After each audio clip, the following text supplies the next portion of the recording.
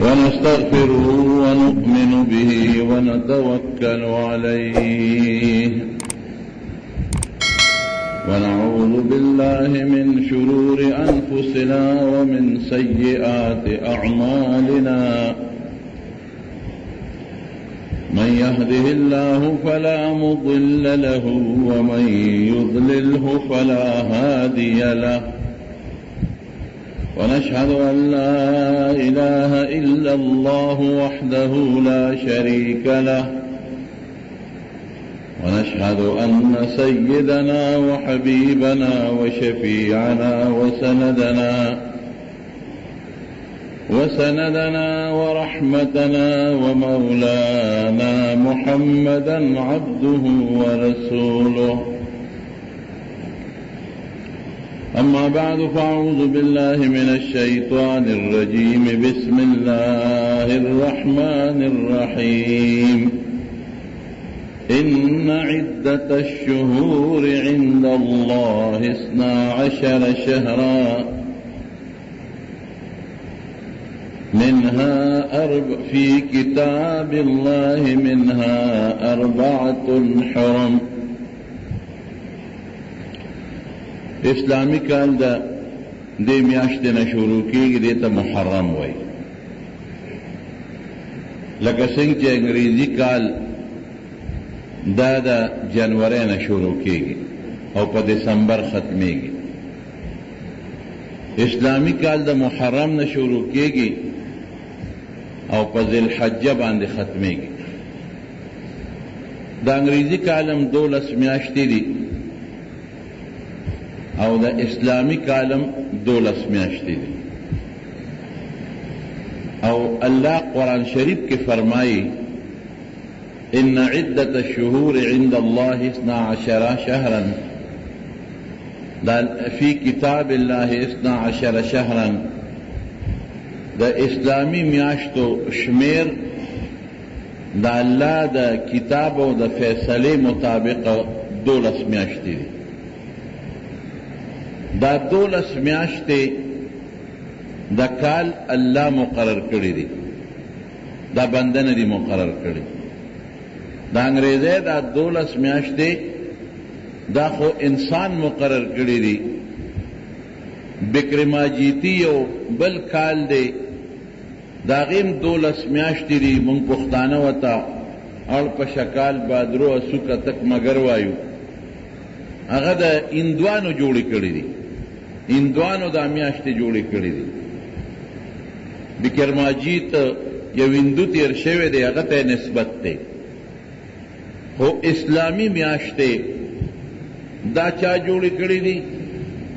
اللہ قرآن کے فرمائی کہ دا 12 میاشتې دي. نو پته ولګېده چې دا الله جوړې کړی دي. منها 4 حرم. په دې 12 میاشتو کې 4 میاشتې دا د عزت او د برکت او د احترام میاشتې دي.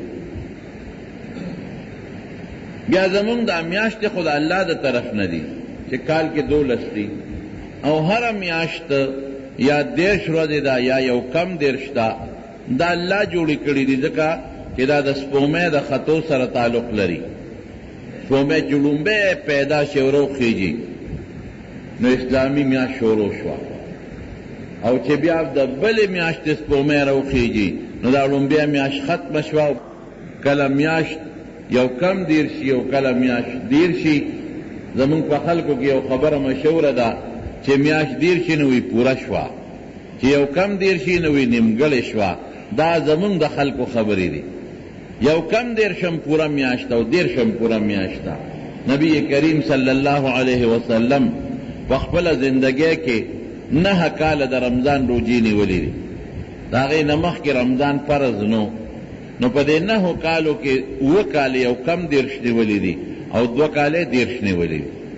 نو یو کم چې شوه بیا چې میاشت راوخته او میاشت ختمه شوه، که په یو کم 10 وي او که په 10 وي، د 10 نه زیاته نی او د یو کم 10 نه کمه نی.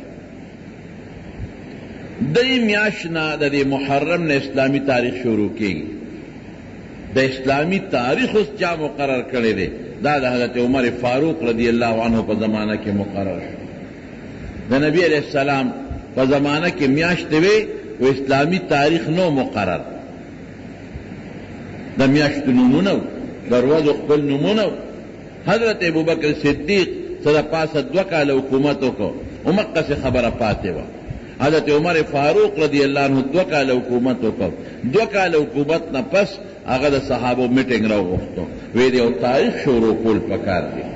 میاشتې خو 12 دی الله مقرر کړي دي، افتخو وروځي دی الله مقرر کړي دي، د میاشتو نومونه هم شته، د ورځو نومونه هم شته، خو یو د تاریخ شروع پکار ده. چاوی چې د نبی علیہ السلام د پیدایش نه تاریخ اسلامی تاریخ مقرر کړ. عمر صاحب نه دا خبره ټیک نه ده، ځکه عیسایانو د عیسی علیہ السلام د پیدایش نه عیسائی تاریخ شروع کړی انګریزي، نو موږ د هغې سره تشبیه نه کوو. چاوی د نبی علیہ السلام د وفات نه به شروع کو، هغې وینا د اسلامی تاریخ یو برکتی غوندې تاریخ دی، او وفات د پیغمبر علیہ السلام خو د هغه د وفات سره چې شروع کوو نو موږ ته به د نبی علیہ السلام وفات را یادېږي، نو زړه کې به هم دل راځي، غمجن کېږو به. تعزیتی تاریخ نه مقرر په وفات باندې چې څوک خبره کوي هغې ته تعزیت وایي. وی خدا سنه مقرر کو، وی چونکه پیغمبر علیہ السلام چې د مکې نه مدینه منورې ته کوم هجرت کړی دی دا ډېر اهم ورځ ده، ځکه هجرت سره اسلام ډېر زیات مضبوط شو. حضور پاک مبارک په مکه مکرمه کې 14 کاله تیر کړل، لیکن په دې 14 کاله کې اسلام ډېر خور نشو، ځکه د مکې خلق مخالف وو. د مکې چې څومره سردارانو، ابو جهل دی، عتبہ، شیبہ، ابو سفیانو په هغه وخت کې اخنس ابن شریقو، دا مکې غټ غټ سردارانو، او دا ټول د نبی کریم صلی الله علیه وسلم دشمنان.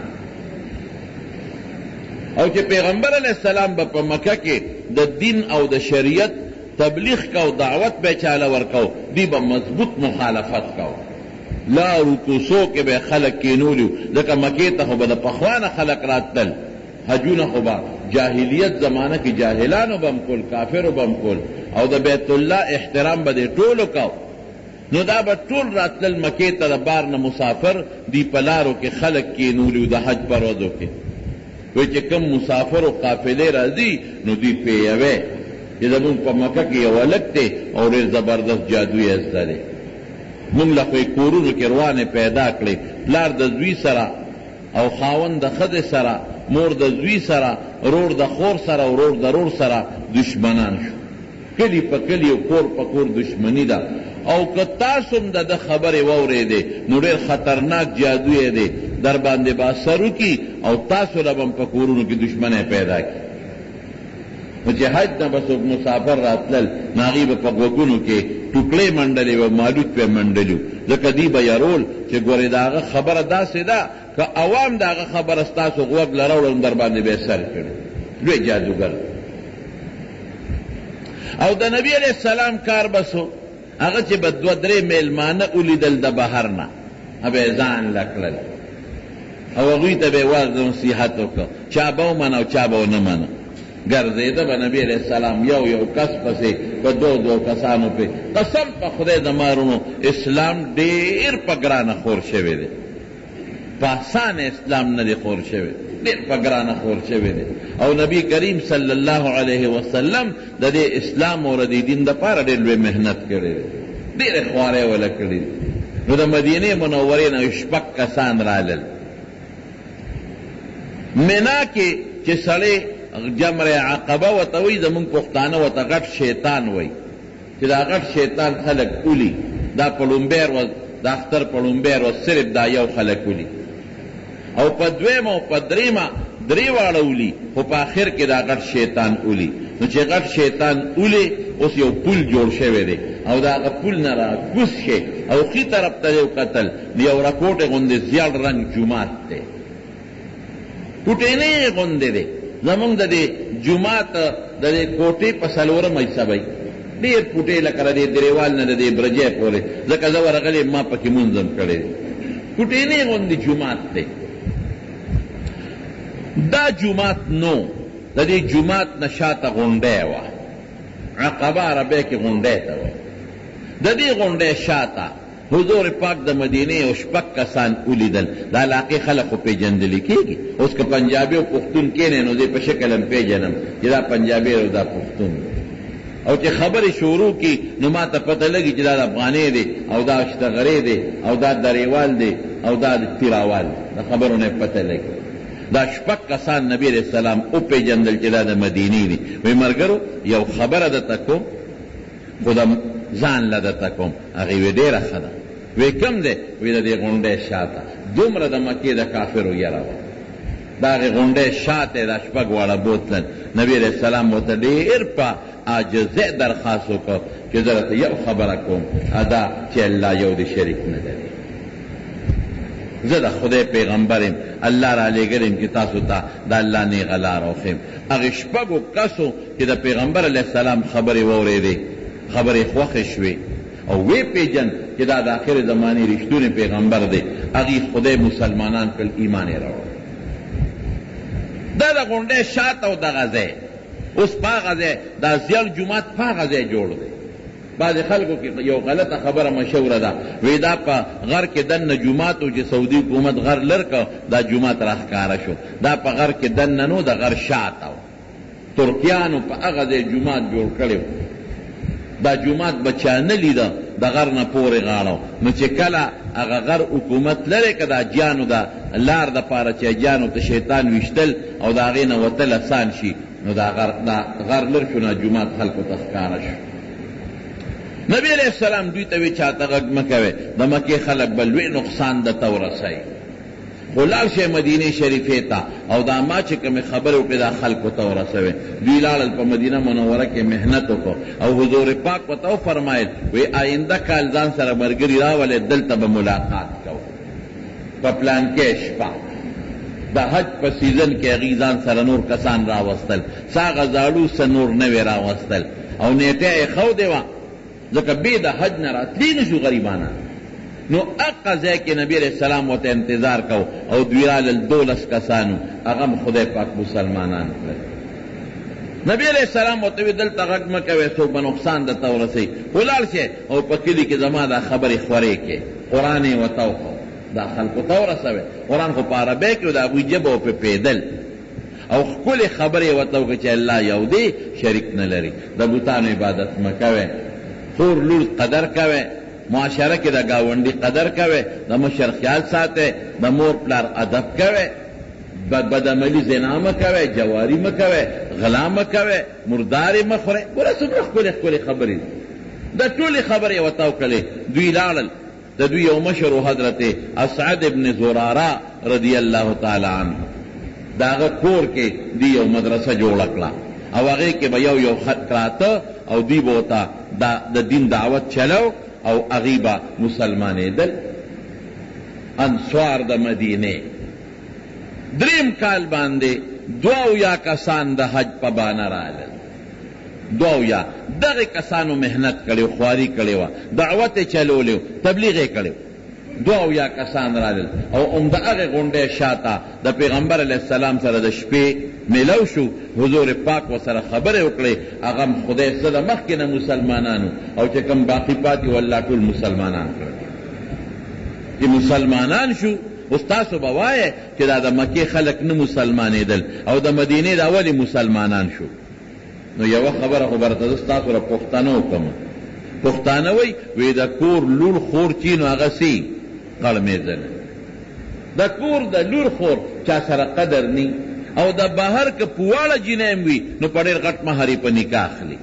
پیغمبر علیہ السلام د دوی د کور بندو نو د دوی په نظر کې لوی شخصیت دی، لوی مقام لري، د خدای پیغمبر دی، خو د دوی سره قدر نو، دوی سره قدر او عزت یې نو. استاد پښتانه یو ټکې بل هم وایي، وی خان نواب د خپل کلي او میا مولا د بل کلي. د خپل کلي د عالم په خپل کلي کې څوک خیال نه ساتي او د بهر خلک یې خیال ساتي. دا خو د پښتنو طریقه ده. د ابوجهل قدر پکې و د خان نواب، د عتبه قدر پکې و، د امیه قدر پکې و د خان نواب. او چې د دواړو جهانو سردار د ملغلرې شک په شان دی، د سپومې او د نور په شان دی، د هغه نه رڼا خطا، د هغه قدر ورسره نو. او درېیمه وجه دته تحقیقي ویم دا خو مې ستاسو یو متل د دوه راته ووې درېیمه دا وه چې په مدینه شریفه کې یهودیان اوسېدل دې یهودیانو به د آخر زمانې د پیغمبر ذکر کو چې د آخر زمانې پیغمبر به راځي او دا به رنګي دا به شکلي داسې به خبرې کوي داسې دعوت به خلکو له ورکوي د حضور پاک صفتونه به کل صفتونه نو د مدینې خلکو ته د پیغمبر علیه السلام صفتونه اورېدلي د مدینې خلکو د نبی علیه السلام هغه چې څومره صفتونه او خبرې عقیده د ټول دغه یهودیانو نه اورېدلي نو چې هغوی رالل او پیغمبر علیه السلام یې ولیده یا لکه دا خو مقه کس دی چې یهودیان مونږ ته وایي چې د آخر زمانې پیغمبر به راځي د آخر د پانی د پیغمبر چې هغوی کوم صفتونه کوي هغه خدا یې دکې شته خبرې ومقه دي عقیده ومغه ده عمل ومغه دی اخلاق یې هغه دي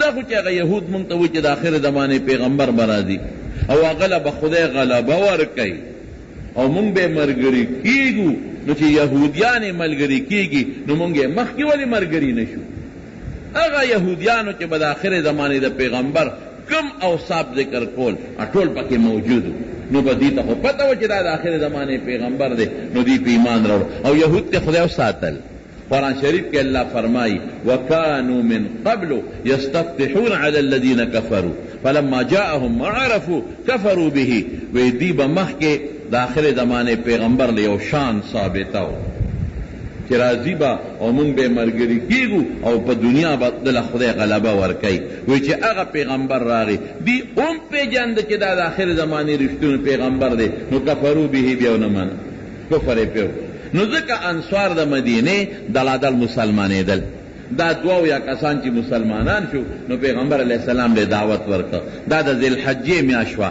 د لوی اختر میاشت دا دینه مخکې چې کومه میاشت تېره شوه او خلکو پکې حج وکړو الله یې د حاجیانو حجونه قبول کړي دغه میاشت وه چې دغه میاشت وه او لسمه ورځ وره دغه میاشت نو دوی پیغمبر علیه السلام له دعوت ورکړو وی د الله رسوله مونږ سره مدینې ته لاړ شه مونږ ته پته ده چې دلته کې ستا دشمن زیات دی مونږ ته پته ده چې خلک تا د اسلام ته خورولو ته نه پرېږدي مونږ ته پته ده چې ستا ملګرو سره خلک ظلمونه کوي مونږ سره مدینې ته لاړ شه حضور پاک ورسره وعده وکړه وی ډېره ښه ده هجرت به وکړم د سره به لاړ شم نو چې دا میاشت ختمه شوه او محرم شروع شو نو پیغمبر علیه السلام خپل ملګري مدینې ته روان کړل وی ځئ مدینې شریفې ته رو ځئ صحابه رو لاړل او پیغمبر علیه السلام د دې محرم نه وروستو په 12 د ربیع الاول لږ تاریخ کې اختلاف شته په خپله مدینې شریفې ته هجرت وکړو نو هجرت د پیغمبر علیه السلام خو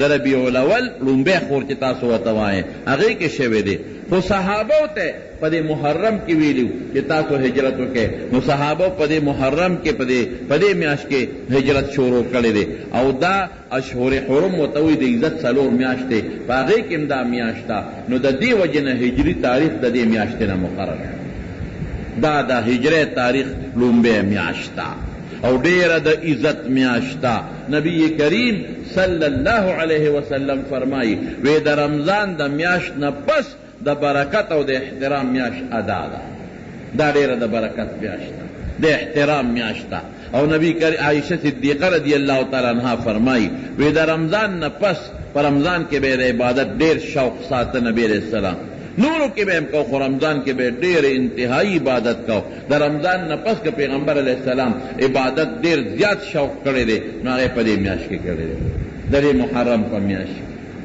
د دې لسمه ورځ یو برکتي ورځ ده د عاشورې ورځ ورته وایي اصل کې عاشورا یوم اللیلة العاشرة یوم اللیلة العاشورا دا د دې لسمې ورځې او دا شپه وسري عرب د دې ورځې نه مخکې شپه شماري دې ته عاشوره وایي ولې ورته عاشوره وایي ځکه لسمه شپه ده یا دا بعض علماو لیکلي دي چې لسو پیغمبرانو له الله په دې کې لوی انعامات ورکړي دي لسو پیغمبرانو له لوی خوشحالۍ ورکړي دي او زه راته لږ زر به وشمېرم یو حضرت آدم علیه السلام آدم علیه السلام چې خدای دا اسمان نه دنیا ته راکوز کړ په شپه کې راکوز کړ په شپه په جړا سر شو آدم علیه السلام چې الله دا سوچ هلته خو تیاره نه وه دلته خو تیاره کې راکوز شم هلته خو غم نو، دلته خو غم هم راغی.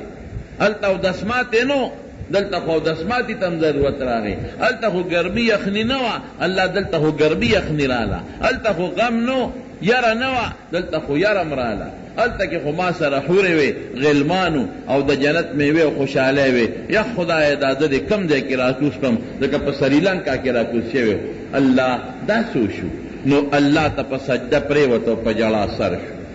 خدای ته جړل، ربنا ظلمنا انفسنا، او بی بی ولا په جده کې راکوزه کړه، هغې هلته جړل، آدم علیه السلام هلته جړل. ربنا ظلمنا انفسنا وان لم تغفر لنا وترحمنا لنكونن من الخاسرین. یا خدایا مونږ په ځان زیاتې وکړه، مونږ ته خو شیطان قسم وخوړه ستا په نوم، نو مونږ وې قسم به څوک په دروغه نه خوري، نو مونږ هغه بوټي له ګوتې یوړې. ربنا خدای په ځان هم زیاتې کړې دي، که ته مو نه بخې په مونږ رحم ونه کې غرق به شو، مونږ به ډېر زیاتي کوونکي شو په ځان، او مونږ به ډېر زیات خراب شو. الله نو په سجده پروت دی، نو پروت دی، نو پروت دی، ټوله شپه الله ته په سجده پروت او جللې.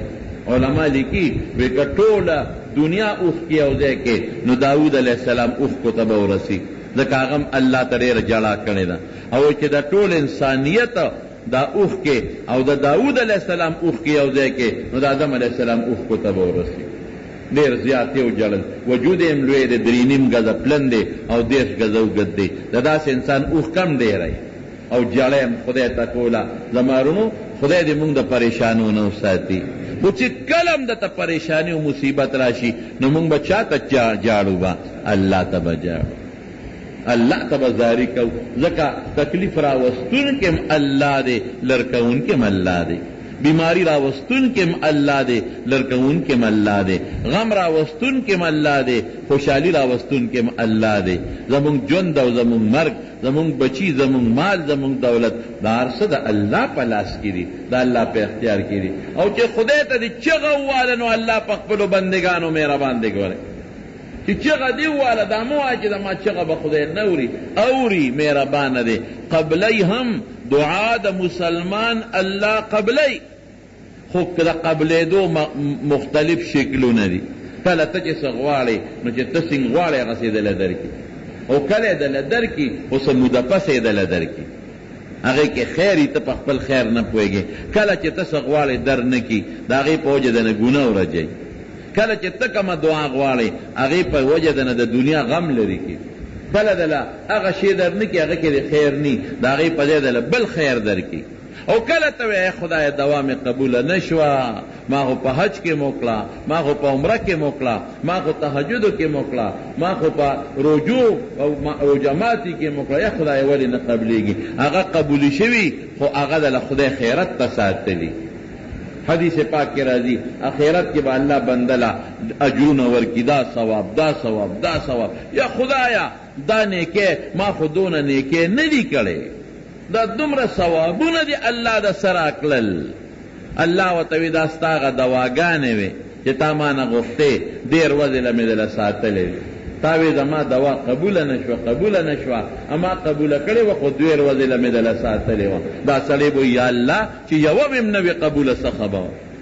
خو دنیا و تیره شوه چې ټولې راته د ثوابونو او د اجرونو په شکل کې ملو شوې وې، څه خبره؟ نو دا به نه وایي چې خدای زمونږ دوا نه قبلوي. مسلمان چې خدای ته چغې کړي، په طبراني معجم، غالبا معجم اوسط کې یو حدیث دی د نبی علیه السلام مبارک، چې څوک الله ته چغې کړي او یا الله، زه چې تا ته چغه وم غوږ به کوڼ کې، چغه راته وم دروازه به بنده کې، ځان به ناغرضه کې. هلکه ما خو نه دی اورېدلی.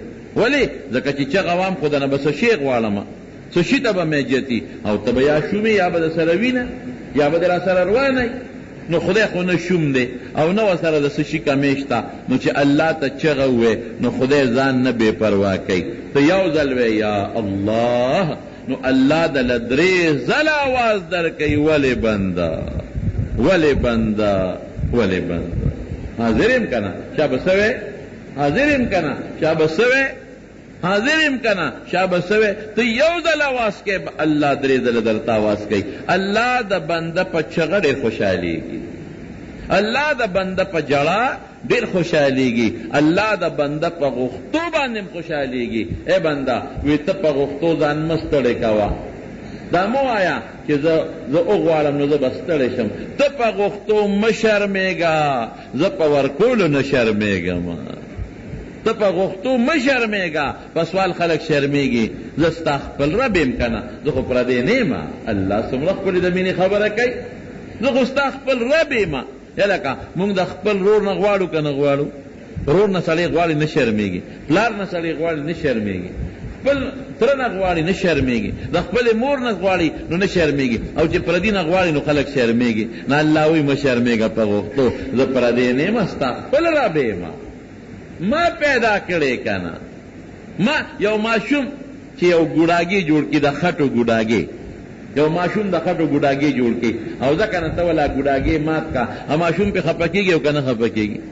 څومره چغې وایي، مور سره هم جنګ کوي، پلار سره هم جنګ کوي، وینا هم شروع کړي، وایي زما ګوډاګي دې مات کړه، حالانکې هغه پوټینې د خټو د پیسې ګوډاګي وي، په هغې خفه کېږي. یا یو ماشوم په 5 روپۍ ځان له یو اسکوړې والي یا یو بل شی والي، ځکه خو یې وله مات کا، هغه ماشوم پې خفه کېږي که نه؟ خو چې هغه کوم شی دی ماشوم په خپله جوړ کړی دی د خټو نه، کومه ګوډاګي یې په خپله د خټو نه جوړ کړی دی، او ته یې وله مات کې، نو ماشوم پې څونه چغې وایي په ځمکه روغړېږي، ولې ما خټو ګوډاګي جوړ کړی او ما دې روان کړ. نو الله د انسانان ګوډاګي نه دی جوړ کړی. څومره ښکلې مونږ جوړ کړي یو، څومره ښکلې سترګې راله را کړي دي، څومره ښکلې پوزې را کړي دي، څومره ښکلې خولې را کړي دي، او څومره په ترتیب یې را کړي دي. ما نه چا تپوس وکړ، وایي دا خوله او پوز او سترګې دا خدای مخامخ درې واړه یو ځای پیدا کړي دي. ما وی ما سره دی ولې پیدا کړي دي؟ نو مې زه خو خدای سره ما سره صلاح نه ده کړې، الله ښه پوهېږي چې پیدا کړي دي. خو یاره زړه کې مې یو خبره راځي، دلته سترګې ځکه پیدا کړي دي، که سترګې دلته نه وي شاته وي که نه، نو چې تا ګیلاس کې اوبه څکلې نو اول به د شاته لاس تاوه چې ورېږه سترګو ته وښیم چې خړې دي او که سپینې دي. یا به د ښځې له ورکولې چې ښځې راشه دا ګیلاس زما د شاته د سترګو ته ونیسه چې لږ ورته وګورم، په تا مې اعتبار نشته، تاسې نه پلیتې ورته وایي چې پاکې دي، نو شاته به دې لاس تاوه. او که دا پوزه دې شاته په دې سټ کې وه نو ګیلاس چې ونیسې نو پته راته لګي چې دا خو سپینې دي، او بوی نه هم درته پته لګي چې ګورې دا بعضې وخت اوبه سپینې وي خو هغه اوبو کې څه شي وي د بین نه پته لګي. نو چې خولې ته دې ونیولې نو سترګو نه راته رنګ معلوم شو او د پوزې نه بوی معلوم شو، نو زر به یې وڅکې. او چې پوزه رې شاته وه نو نوکر له به د ګیلاس ورکو چې ته راشه دې پوزې ته مې ونیسه چې یو ګوټی بوی کمه چې دا بدبویه دی او که دا بویناکې وي. وایه الله څومره ښکلې ترتیب سره د انسان سترګې او پوزه پیدا کړې، داسې ده که نه؟ او که دا خوله دې شاته وه نو بیا به د نوکر نیوه، لاسونه خو دې مخکې دي، نو ډوډۍ به راته هغه خولې ته نیول، پلار به زوی ته ډوډۍ خولې ته نیوله او دوی به پلار ته ډوډۍ خولې ته نیوله، او ورته به ښکارېدم نه چې خدای نوړۍ غټه ده او که دا نوړۍ وړه د دې سره څو کمه. نو رب ذوالجلال دله درې واړه مخامخ کړل او لاسونه یې درته مخامخ کړل. او چې کوم د شرم شی دی چې اندام دی هغه یې دله داسې پټ ساتلی دی که ستا جامه نه وي نو پټ دی، اندام دله خدای پټ ساتلی دی. وایه څنګه مهربانه رب، څومره د لوی علم او د پوهې خاوند رب. نو مونږ چې چغه وو نو چا ته به چغه وو؟ وایه راته اوسه الله ته به چغه وو، بل چا ته به چغه نه وو. ها الله په پیغمبرانو مهربانه دی او الله په مونږ هم مهربانه دی، او الله په غوښتو باندې خوشحالیږي، خفه کېږي پې نه. نو آدم علیه السلام وجړل، خدای ته ټوله شپه وجړل، نو سبا پې راوخته، رو رو رڼا راله، نو دې کې نور راوخته، نو چې راوخته نو زر په سجده باندې پرېوته، په سجده پروت و د مخکې نه، نو چې سبا رڼا ولیدله نو سر یې اوچت که، او شکر دې خدای خو مې دوا قبوله کړه. نو د شکریې د وجې نه دوباره سر کېښوده، 2 سجدې ولګولې. نو ځکه زمونږ په مانځه کې په هر رکعت کې 2 سجدې وي. نو چې د آدم علیه السلام باندې دا لومبۍ ورځ په دنیا کې راله نو دا د عاشورې ورځ وه، او دا داسې وړه ورځ په آدم علیه السلام نه وه. په دې ورځې آدم علیه السلام ته د خپل خلافت تاج په سر کړ. لکه یو سړی چې چېرته په سفر ځي او یا یو سړی یو ځای کې یو ځان له یو نایب مقرروي او دی ورته خپل تاج په سر کې چې وروره زه لاړم خو زما په دې ته ډیوټي. نو الله خو هر ځای موجود دی، الله خو چېرته ځي راځي نه، خو دنیا کې انسان دپاره انسان خلیفه، نو د خلافت دا جوړه، نو د خلافت دا تاج یې ورته په دې ورځ په سر. کیسې اوږدې دي. حضرت نوح علیه السلام قوم ته تبلیغ وکړه، قوم نه منه. چې وی نه منه نو الله ورته کشتۍ جوړه کړه، کشتۍ جوړه کړه. الله باران هم وکړو او د لاندې نه سیبه دا اوبه م راوخوټ کولې، درې چته درې منزله کشتۍ حضرت نوح علیه السلام جوړه کړې او پکې چې کوم مسلمانان ورسره څوک دوه یا څوک درې او یا څوک اتیا یادوي ځان سره دن نه کړل. یو جوړی د دې حیواناتو هم دن نه کړله. 6 میاشتې کشتۍ ګرځېده په اوبو. په 12 د رجب د زبرګې په 12 تاریخه باران شروع شوی او د عاشورې په ورځ باندې د دې میاشتې په 10 باران بند شو او به ځمکې راخ کې او کشتۍ د جودي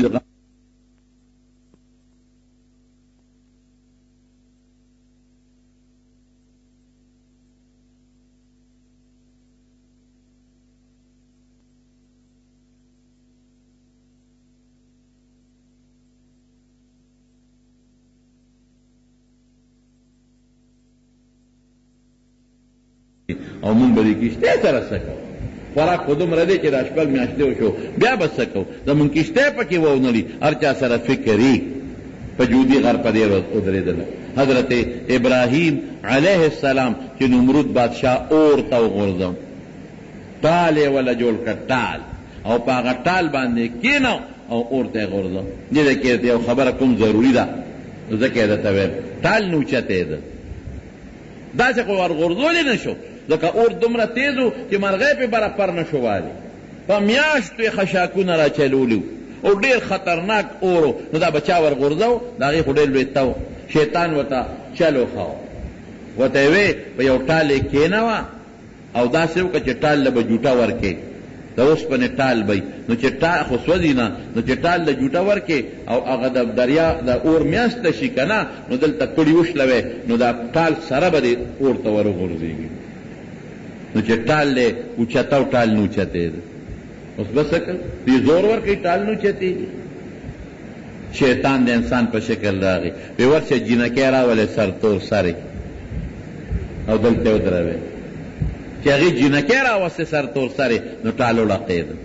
ټال یې جوټه ورکړه او اوږد ټالو چې د دریاب د اور دې میاشته شو، پړي کټ کړل اور ته پرېوته. دا ولې؟ سرتور سر جینکۍ چې کم ځای وي هلته د رحمت فرشتې نه، فرشتو ټال نیولی و چې سرتور زه جینکۍ رالی فرشتې لاړې ختمې شوې. نو زنانه د په سر لوپټه ساتي، په کور کې دننه دې لوپټه ساتي.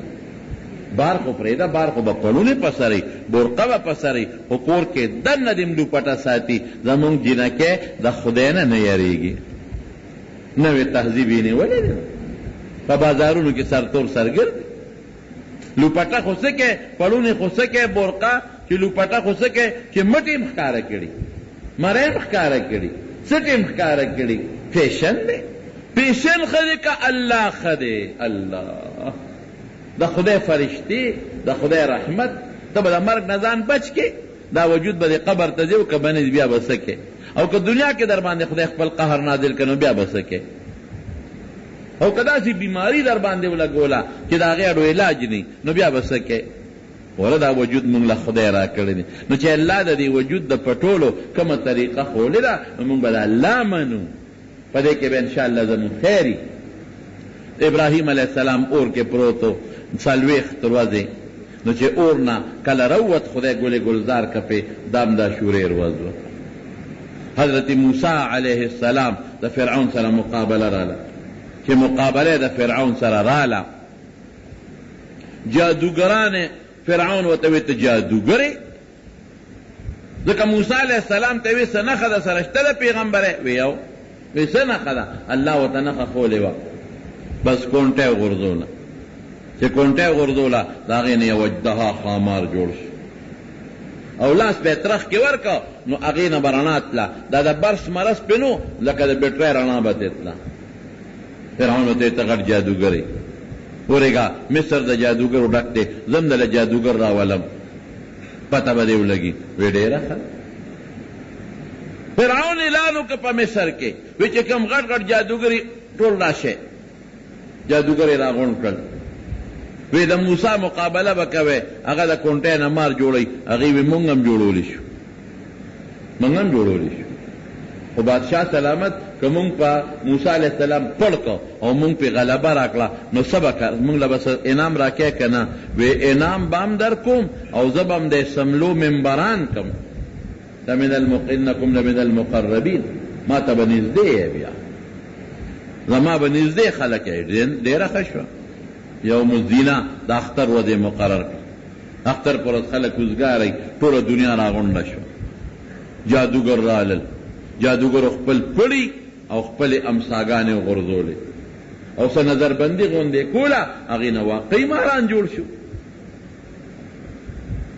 قرآن کې الله وی جاءو بسحر عظیم الله وی ډېر لوی سحر جادو یې مخکې کړ چې الله ورته لوی وی نو واقعي به لوی وي موسی علیه السلام ته الله وی القي عصواکه ته دې خپل امسه وغورځوه چې امسه څنګه وغورځوله بس هغې ټول هغه د جادوګرو چې څومره ماران جوړ کړي هغې الواق تیر کړل جادوګر په جادو پوهېږي مولا پیژني دا قانون دی ګلکار پیژني چې خخ دې ته وګوري ورته پته چې دا صحیح ګلکار دی او که نه دی انجینیر پیژني هر سړی په خپل فن پوهېږي نو جادوګر په جادوګر پوهېږي جادوګر یو بل ته وکتل چې دا خو جادو نه دی مونږ خو جادو کړی نظربندي و دا خو حقیقت خبره ده بس هغوی یکدم آواز وکړه جادوګرو آمنا برب موسی و هارون زمونږ د موسی او د هارون پر رب ایمان دی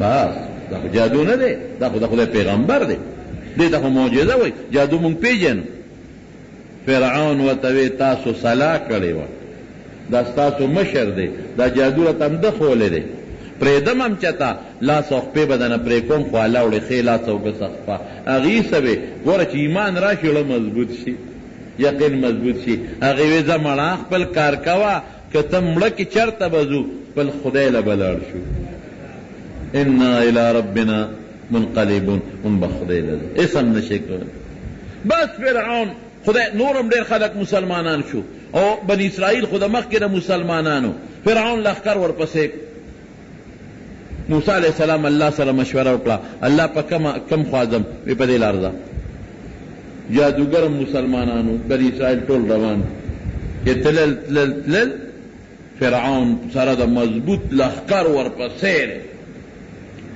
الله انا لمدرکون هغه دی فلما ترى الفئتان قال انا لمدرکون دواړو ډلې یو بل ولیدل داسې نږدې شو یا خدای را لاندې کړو هغه دی او الله چې تا کومه لاره وښوله دا خو دریاب دی مخکې پول پې هم نشته هغه زمانه کې په دریاب پول کم دی دا به څه کېږي الله وی زه در سره یم که نه الله چې الله چاته وی زه در سره یم انی معکما زه در سره یم درته ګورم وینم تاسو نو په الله محکم یقین مضبوط ایمان لکه څنګه چې حضرت ابوبکر صدیق د علیه السلام سره د هجرت ملګری دی او ته وی مه یارېږه معنا غلطه ده ټینشن او فکر ما اخله الله ما سره دی که دا چې د یقین که چې الله ما سره دی نو انا عند ظن عبدي بي چې په الله دې سینګ ګمان وکړه الله وی هغسې در رسېږم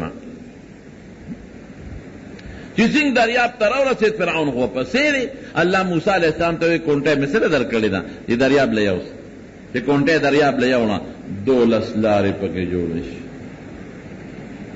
په یو ډله د 12 یې ځکه جوړې کړې چې بیړه ورش ختم شي هر قوم دې په یو لار دي 12 قوم چا به لومبۍ لاره د پلانکي قوم دویمه د پلانکي دویمه د درېیمه د پلانکي څلورمه د پلانکي موسی علیه السلام ورته اعلان وکړه هر یو قوم خپلې لارې ته شو پې ورغی دقه دی چې دوی سینګ په دریاب ورګډ شو فرعون ورپسې راورسېد فرعون ته ملګرو وی داسې دي وی دا زما د زور نه زه خو خدای نه یم دا ما ته وشلېد دریاب خو چې ما ته وشلېد زما را دشمن پې پورې وته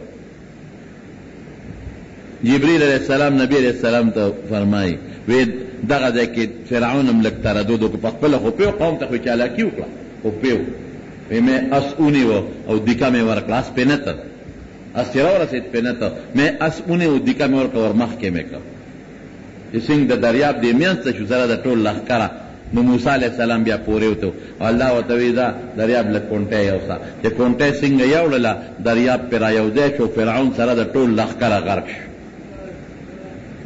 نو یوی دشمن غرق شو بل دستر گوڑوان دے غرق شو دستر گوڑوان دے چی دی دشمن غرقی کی دا بیلا مزائی دستر گوڑوان دے غرق شو فرعون حضور پاک تا جبریل علیہ السلام وی تا اللہ رسولہ وی ارمان کاغا ٹیم دی لیدلے وی ما دا دریاب دا ویخ نا تورا خطا راو استا جبریل علیہ السلام وی تورا خطا او دا فرعون پا دا خلکی میں وارو مندنا کدی با خدای تا دیر چغی وی وی وی اسے نچتا خدای پہ رحمونه کی ذکر وی دشمنو بلا دا بن اسرائیلو بچی وجہ لی ظالمو نو چه نبی علیہ السلام مدینه منوره تلال حضور پاک پا مکہ مکرمہ کی دا شوری رجنی وا پا مکہ مکرمہ کی دا شوری او دا مکی خلقو پا دغر وز دا غلاب بدلاو دا بیت اللہ غلاب بے بدلاو او دی با روجم نیولا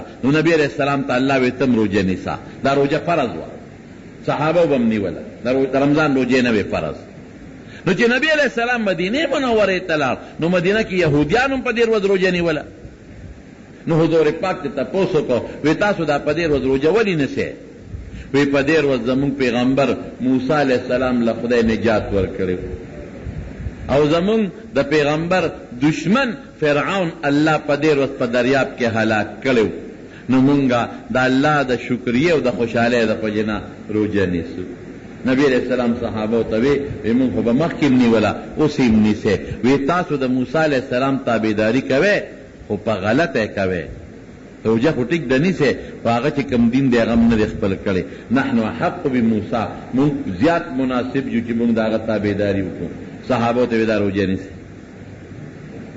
موسیٰ علیہ السلام لخدے پدیر وز نجات ورد او دا روجہ پا پیغمبر علیہ السلام نیولا مخ کے فرض وا فرضیت ختم شو اس مسنون دا سنت تا انی صبح روجہ خواہ فلا سمر وز بلکہ حضور پاک مبارک ہو کہ پا کم کال وفات کے دا نو نبی علیہ السلام مبارک یو اعلانو کو ویلا ان بقیتو الى قابل لا اسومن التاسعہ ویکا آئندہ کال تپاتشم نو نہم اروز بم وسرنیسم لکہ یہودیان یواز لسم نیسی زبا نہم وسرنیسم نو دا دور وزی روجے شوی دا دی میاشت نہم ہم او لسم ہم دور وزی روجے یواز لسما باج علماء تا مکروح ہوئی دا دور روجی بنیسو نیسے انشاءاللہ ہاں دا دور روجی او فیدے سمردا اوہو نبی علیہ السلام فرمائی ویچے چا دا لسما روجہ دا عاشوریونی ولا دا یو کال گناہو نبی خدای ماپ کی ما تا وقتی چا ٹیلیفونو کا نو ما تا ویدی روجی سے ثواب دے میں دا یو کال گناہ پہ خدای ماپ کی وی دا یو کال دا سے یوئی میں ولی یو کال لگ دے یو کال لگ دے سکے ٹول عمر غوالے نو ہر کالی نیسے نو ٹول عمر شوے کنا تو کچھ 50 روپے ورکے او ٹیپر پا 50 روپے کلو بھی نو کلو نا زیاد در کئی نا نو پکار دے چے خدای در روجے پسر یو ثواب در کڑے وے نو خدای سرسو نہ سکے دا یو کال گناہونا پہ خدای پاک رجائی نو تاسویم اونی سے او زنانو تا موائے خواہ تو دومنا لویا خبر ندا اللہ با خوشحال شی او چی مونگ اللہ خوشحال کو نماز تا وقتی وی خوشحالی دا اللہ پلاس کے دا مونگ با ہم خدای خوشحال اے مونگ اللہ خوشحال کری یوسف مونگ خدای سن دی را کریں دا مسلمانی و روح صحت دا دین الوی نعمت بلشتا نو خدای با خوشحال خواہ انشاءاللہ نو دا دور روزی روجے نہ ہم اولا سما دا پکیونی سے انشاءاللہ العزیز نو موسیٰ علیہ السلام پدے روز خدای بچ خواہ حضرت یونس علیہ السلام دا کب گیری تا تلیو قصے درجہ دا بل وقت براتویر نو اللہ پاکو دا کب گیری تا چیدی سنگ لارو نو خدای تے جلل اے پیغمبرانم خدای تے جلل نو چکم فرشتو دا اللہ عرش سرد ولالی دی عرشی نیولی دی دا مسلمانانو دا نیک خبر تسبیحات اللہ تخیجی الیہ یسعد الکلم الطیب والعمل الصالح یرفعه دا اللہ ترسیگ نو هغه فرشتو الله ته وی الله یو بے کسه غوندې سړی دی او داسې معلومیږي لکه چې ګیر نښتې دی یو ځای کې ځکه ډېر دړه د درد نه پوټي پوټي اواز راوباسي او تا ته جاړي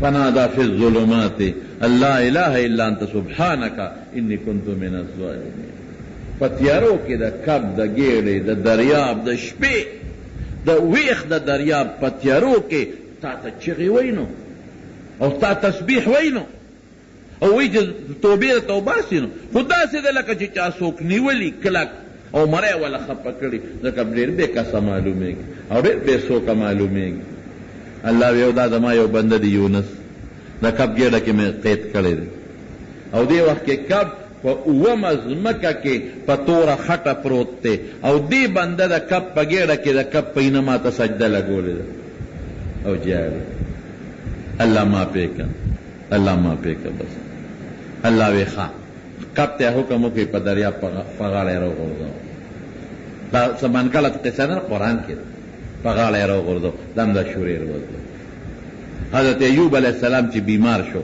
او خدای د بیماری نه جوړ کړ دم د شورې راوځو حضرت عیسی علیہ السلام په دې ورځ خدای د بی مریم نه پیدا کړ بې د پلار نه او په دغه ورځ باندې خدای پاک اسمان ته مخې جوړوي حضرت سلیمان علیہ السلام د هغه نه بادشاهي تللی وی یو 40 ورځو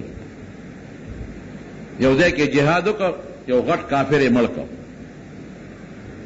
د هغه کافر لور یې په غنیمت کې راوسته ښځه شو دا ښځه بیا خفه وه ډېره زیاته سلیمان علیہ السلام ورته وی ولې خفه وی پلار پسې خفه پلار مې را یادېږي او خفه وی په څه به خوشحاله شي ښځه چې رابنده خفی سړی پې خفی په څه به خوشحاله شي وی د پلار تصویر راله جوړ کړ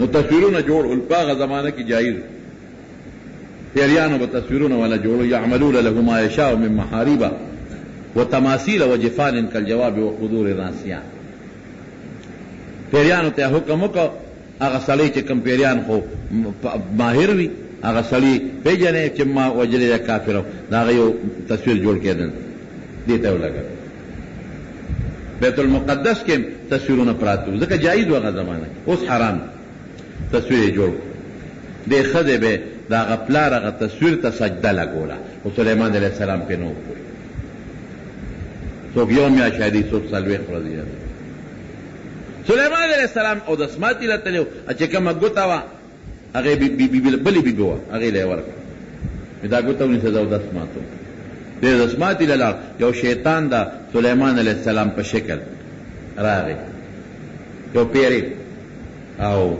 هغه بیبي ته یې ګوته راکړه هغې خو یې دا مې خاوند دی ګوته یې ورکړه چې سلیمان علیہ السلام څنګه او د سماتي نه راووت بیبي ته یې ګوته راکړه وی تا له خو ما ګوته خو درکړه که بس هغه پوه شو چې شی بل خواله او کمال ټول په هغه ګوته کې ټول پیریان تابع کړي الله د هغې د وجې نه نو سلیمان علیه السلام بس پوه شو او دغه پیری لال په تخت شاهي کېناستو شکل یې د سلیمان علیه السلام جوړ ګوته ورسره وه او ټول خلک لګیا دي کار کوي خدای داسو سلیمان علیه السلام وی چې دا خو د الله سازمایش دی خو چې څه به کېږي لال دریاب غاړې ته د کبان ماهیګیر چې کبان نیول هغوی سره دیره شو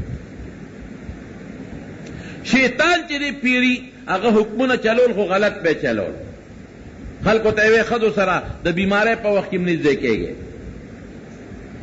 پلانکې شی م خورئ پلانکې شی مردارې ملالې دي خلک پرې ورو پې شو چې دا په سلیمان علیه السلام سو شو دی خو غلط غلط حکمونه د شروع کړل او د ده عادت او اخلاق هم هغه نه دي خلک پرې ورو پې شو چې میګویې شروع شوې په دې پدان پوه شو چې که سلیمان علیه السلام به خو خدای هر کله چې راولي ما له غم جوړ نه شي نو هغه ګوتې اوچته کړه لاړ او په دریاب کې وغورځوله ځان یې غیب کړ هلته سلیمان علیه السلام میانو والا سره دی هغه ګوتې یو مهي تېره کړه خدای والا کار برابر میانو هغه مهي ښکار کړ سلیمان علیه السلام ته یې راشه کنداغ را سره پاک کړه چې هغه څنګه مهي اوسي را ګوته پکې پرته وه جبریل علیہ السلام والا راغی وی یو میاشت په کور کې د بوت عبادت وشو نو یو میاشت هم د الله دا یو سزا ده زه واپس د خپل تخله نو علما وی دام دا شوریر وځ چې دا ګوته ورته واپس بادشاهي ورته واپس میلاو شي دا 10 پیغمبران دي. حضرت یعقوب علیہ السلام و یوسف علیہ السلام چې ملاقات شوه دا یو تاریخی ملاقات و جناب، تاریخی 40 کال پس ملاقات کیږي د خپل خشته بچی نیازبین بچی سره، او ټوله قافله را روانه ده او د اسمان فرشتې تماشې له راغلي دي. په کومه ورځ چې د یعقوب علیہ السلام او د یوسف علیہ السلام په مصر کې ملاقات کیږي دا هم دا شورې ورځ وه. او زه به وروسته لږ راشم د نبی کریم صلی الله علیه وسلم کې دا حضرت خدیجې رضی الله تعالی عنها سره واده شوی دی، هغه هم د عاشورې په ورځ شوی دی.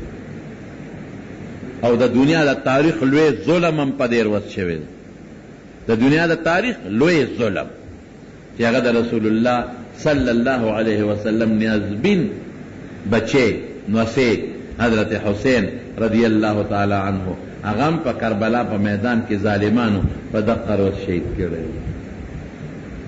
دا د کائناتو د تاریخ لوی ظلم. د خاندان نبوت بلا ماشومان یتیمانان پاتې شو او ښځې کونډې پاتې شوې او د پیغمبر علیه السلام د نبوت د خاندان شمې مړې کړلې. بعض خلق په دې وجه دې ورځ ته سپېرې وایي نه ګورې خطا نه شي ښه د جمعې په ورځ چې څوک شهید شي دا ورځ سپېروي که دا سړی بختوري سړی بختوري د عرفې په ورځ چې څوک شهید شي نو دا ورځ سپېروي که دا سړی بختوري سړی بختوري ورځ نه سپېره کېږي. نو حضرت حسین رضی الله عنه بختورو چې خدای دا بختوره ورځ ورواځي ظلم شوی. پخوا به هم زمونږ وطن کې خلکو په دې شپه ماتم کو تورې جامې به چا چولې چا به د شپې هغه رواجونه مواجونه کول. شکر دې خلک پوه شو هغه رواجونه ختم شو. ورځ بختوره وه ځکه هغه له خدای د لوی شهادت لوړه مرتبه په دې ورځ باندې ورکړه. نو د مارو دې ورځ باندې به روژه نیسئ یو ورځ مخکې مو ورسره د خالي په ورځ عاشوره راځي ښه راتلونکې خالي. نو جمعه او خالي 2 ورځې به انشاءالله تاسو روژه نیسئ ښه خالی ورځ عاشوره ده که خالی ورځ. نو جمعه او خالی 2 ورځې به انشاءالله العزیز دا ستاسو روژه. او یو حدیث د نبی علیہ السلام مبارک ته نبی علیہ السلام فرمائی من وسع على عیاله فی نفقته یوم عاشوراء وسع الله علیه سائر سنته. په دې ورځ به خپل بال بچ او خپل ښځې له فراخه روزي ورکوي چې چا په دې ورځ خپل بال بچ له فراخه روزي ورکړه الله به په ټول کال فراخي راولي. د دې حدیث راوي دی حضرت سفیان هغه وی ما هم دقه حدیث باندې عمل وکړ د عاشورې په ورځ به مې بال بچ له فراخه روزي ورکړه نو وی الله زما روزي فراخه کړه. نو دا 2 خبرې د حدیثونه ثابت دي یو روژه او یو په دغه ورځ باندې بچوله که د روژې نو ته ماښام فراخه روزي ورکا او چې کوم روژهدار نی هغې له د غرمې م ورکو د ماښام هم ورکا. اسراف خو نه دی خو فراخه روزي تنګي پې مه راوله نو الله به در باندې فراخي راولي. دا د دې ورځې متعلقه چې کوم بیانو نو امې درته وکړو چې دا تاسو ته تازه شي او دا خلکو ته مرسوي زنانو ته مرسوي او دا الله نه به سوال کوو چې رب العالمین پې مونږ له د عمل توفیق هم راکړي. رب العالمین مونږ له دغه رجوع د نیولو توفیق راکړي. الله العالمین ډېره مبارکه ورځ ده او مونږ یې په عبادت تېره کړي. الله حضرت حسین رضی الله تعالی عنه او د هغه ملګرو له چې کومو ظالمانو ورسره ظلمونه کړي دي الله هغې ظالمانو له په قبرونو او په آخرت کې سزاګانې ورکړي. او دغه خاندان نبوت ګلونه الله هغوی له خو مونږ ته پته چې تا به هغوی شهادت قبول کړي ځکه نبي علیه السلام مبارک بچي دی هغه پیشنګویي ورکړې وه او خدای مونږ هم سوال کوو چې د جنت لوی مقامات والا ورکړي. الله مونږ له او د مونږ بال بچ له په دغه ورځ پراخه روزي راکړي. رب ذوالجلال که څوک بیماران دي ته وله شفا ورکړي. الله که څوک قرضداران یې قرضونه اخلاص کړي. باید دوستانو د دعا دپاره ویلي دي چا په ټیلیفون او چا داسې الله چې چا د دعا دپاره درخواست کړی دی ته دعاګانې قبوله کړي. بعضې ملګري زمونږ د لرې لرې ځای نه راغلي دي اسلام آباد نه پېښور یو ځای بل ځای نه بعضې دوستان الله ته د زړه حاجتونو مقاصد پوره کړي په یو یو قدم ولا اجر ورکړي. څوک چې حج د بیت الله له تللی دي الله حجونه قبول کړي. الله که څوک نه دي تللی نو خدای ته د حج د بیت الله سعادت نصیب کې خدای مونږ ټول د بیت الله حج لبوزي عمرو لمبوزي طوافونو لمبوزي دعاګانې قبول کړي الہ العالمین تم د خپل پیغمبر تابعداري نصیب کړي خدای د ځن قدم د سختو نه مو ساتي الله د قبر د عذاب نه مو ساتي الله د آخرت د سختو نه مو ساتي خدای په دنیا او په آخر کې د رسوایۍ نه ساتي د مخلوق د شر نه مو ساتي د بغضیانو د بغضون نه مو ساتي د حاسدینو د حسد نه مو ساتي د شریانو د شر نه مو ساتي الله د سکیمرانو د سکیمونو نه مو ساتي کم دوستان چې د کم لرې لرې ځای نه راغلي دي په یو قدم ولا خدای اجرونه او برکتونه ورکړي او الله ته زمونږ نه راضي شي دا د رضا د خدای دعا ډېره کوي وی الله ته زمونږ نه راضي شي یا الله راضي شو مسلې به حل شي الله ته زمونږ نه راضي شي او زمونږ عبادتونه قبول کړي او بچیم صالحان لوی کې د لوفرو د جرن او ساتي د کاروباریانو په کاروبارونو کې الله برکت پیدا کړي تنخوادارو په تنخواګانو کې برکت پیدا کړي زمیندارو په ځمکو کې برکت پیدا کړي او زمونږ په پوهې او په علم او اولادو د دنیا او د آخرت په زندګو کې خیر واچي اخر وخت کې په خلیدا کریمه نصیب کړي لا اله الا الله محمد رسول الله